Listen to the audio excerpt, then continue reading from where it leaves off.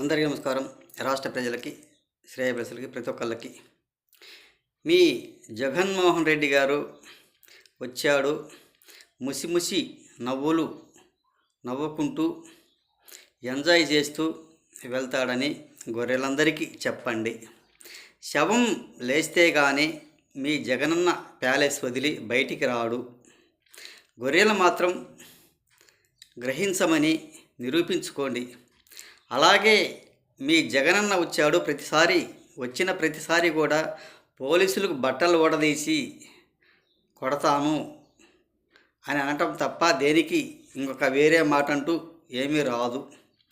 మరి గొర్రెలందరూ గుర్తుపెట్టుకోండి, అది గుర్తుపెట్టుకోవాల్సిన విషయం ఏమిటంటే ఆయన వచ్చిన ప్రతిసారి కూడా ఆయనకి శవం దొరకాలి. శవం దొరికితే కానీ ముసి నవ్వులు నవ్వుకుంటూ ప్రజల్లోకి రాడు.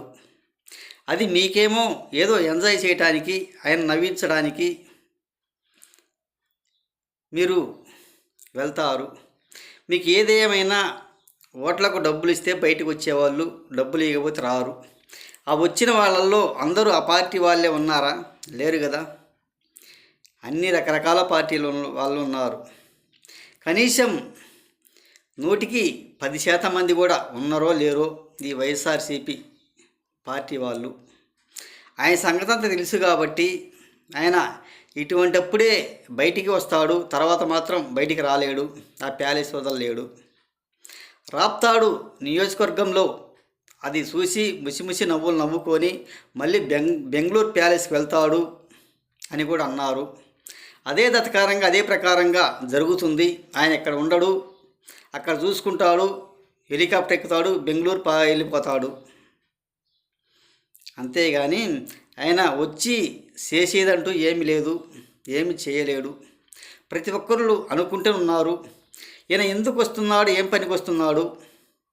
ఆయనకు శవం దొరికితే బయటకు వస్తాడు, శవం దొరకపోతే రాడు.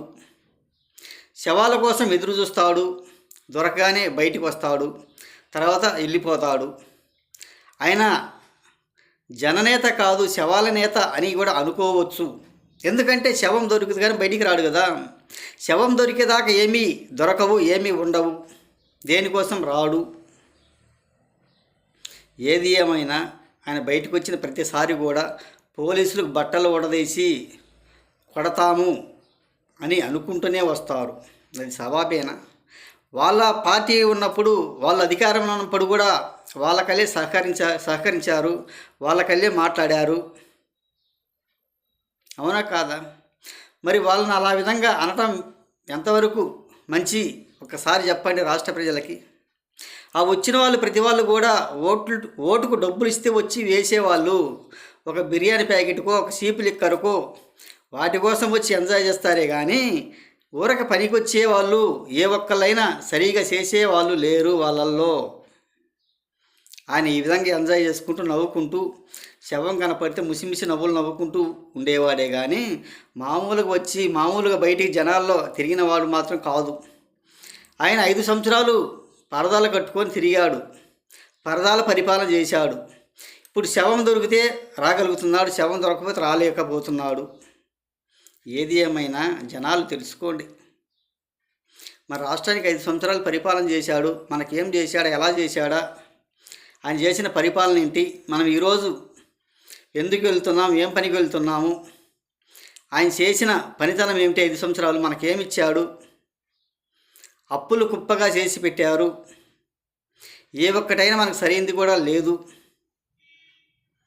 అని తెలియజేస్తూ, ఏది ఏమైనా ఆయన శవం దొరికితే కానీ రాడు, ప్యాలెస్ వదిలేసి అని తెలియజేస్తూ, ఆయనకు శవం దొరికింది, నవ్వుకుంటూ వచ్చాడు, నవ్వుకుంటూ బెంగళూరు ప్యాలెస్కి వెళ్ళిపోతాడంట అని తెలియజేస్తూ, రాష్ట్ర ప్రజలకి, శ్రేయభిలాషులకి ప్రతి ఒక్కళ్ళకి హృదయపూర్వక ధన్యవాదాలు.